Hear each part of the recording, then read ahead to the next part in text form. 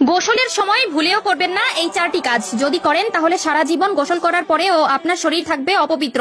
আপনার করা নামাজ, রোজা, তাসবিহ, তাহলিল, এমনকি আল্লাহর দরবারে করা কোনো ধরনের দোয়াই কবুল হবে না। বিশেষ করে যখন আপনার উপর গোসলটি ফরজ হবে, তখন তো কোনোভাবেই এই কাজগুলো করা যাবে না। কেননা গোসল যদি পবিত্রভাবে না হয়, তবে একটানা 70 বছর আপনি নামাজ পড়লেও সেই নামাজের মধ্যে এক ওয়াক্ত নামাজের ফজিলত আপনি পাবেন না, এমনকি আল্লাহর দরবারেও তা কবুল হবে না। বিশ্বনবী সাল্লাল্লাহু আলাইহি ওয়াসাল্লাম বলে গেছেন, গোসলের সময় মারাত্মক কিছু ভুল করার কারণে ব্যক্তির করা আজীবনের নামাজ আল্লাহর দরবারে কবুল হয় না। তবে ভুলগুলো মারাত্মক হলেও দেখতে দেখায় সামান্য, তাই নিজেকে একজন মুসলিম মনে করলে এই ভুলগুলো কখনোই করবেন না। কেননা গোসল আমাদের পবিত্রতার একটি অংশ এবং ইসলাম ধর্মের যে কোনো কাজ করতে হলে পবিত্রতা আবশ্যক। কি সেই চারটি ভুল জানতে হলে না টেনে দেখতে থাকুন সম্পূর্ণ ভিডিওটি এবং ভিডিওটি ছড়িয়ে দিন আপনার সকল মুসলিম ভাই ও বোনদের মধ্যে, যাতে করে তারাও এই ভুলগুলো থেকে নিজেকে শুধরে নিতে পারে, যাতে তারাও জীবনের গুনাহ থেকে বাঁচতে পারে। প্রিয় দর্শক, আপনাদের কাছে একটি প্রশ্ন, আপনি কি গোসল করার দোয়া জানেন? যদি জেনে থাকেন অবশ্যই কমেন্টে একবার আলহামদুলিল্লাহ লিখে যাবেন, আর যদি না জেনে থাকেন তাহলে কমেন্ট করে জানান,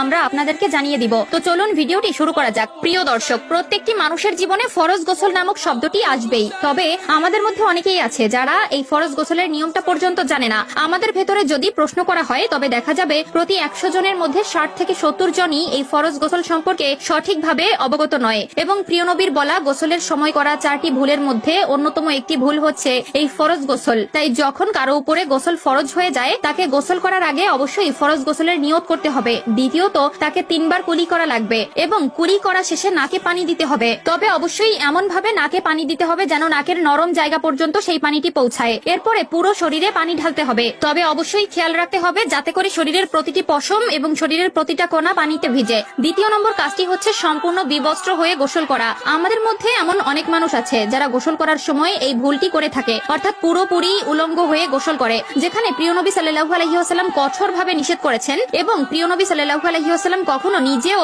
সম্পূর্ণ উলঙ্গ হয়ে গোসল করতেন না। প্রিয় নবী বলেছেন, সকল প্রকার অপবিত্র স্থানে শয়তান এবং জিনেরা বসবাস করে। যেহেতু টয়লেট একটি অপবিত্র স্থান, সেহেতু সেখানে জিনেরা বসবাস করে এবং যখন কেউ উলঙ্গ অবস্থায় গোসল করে, জিনেরা তার উপরে বদনজর দেয় এবং তাকে নানাবিধ কুকর্ম করার প্ররোচনা দেয়। ফলে মারাত্মক থেকে মারাত্মক গুনাহের কাজ সেখানে সৃষ্টি হতে পারে। এছাড়াও তৃতীয় নম্বরে যেটি রয়েছে সেটি হলো গোসলের সময় জোরে জোরে মুখে কোনো তাসবিহ পাঠ করা যাবে না। যদি কখনো ওয়াশরুমে থাকেন তবে কখনোই তাসবিহ পাঠ করবেন না। বদলে আপনি যা করতে পারেন তা হলো, যখন আপনি ওয়াশরুমে ঢুকবেন তখন বাম পা দিয়ে ঢুকবেন এবং বলবেন আল্লাহুম্মা ইন্নী আউযু বিকা মিনাল খুবসি ওয়াল খবাইস, এবং বের হওয়ার সময় ডান পা বাইরে রেখে বের হবেন এবং বলবেন গুফরানাকা। এবং চতুর্থ নম্বরের কাজটি হচ্ছে গোসল শেষে জামা কাপড় পরার ক্ষেত্রে অবশ্যই ডান পা আগে ঢুকাবেন এবং ডান হাত আগে ঢুকাবেন। এটা নবীর সুন্নত এবং নবীর সুন্নত মানা আমাদের জন্য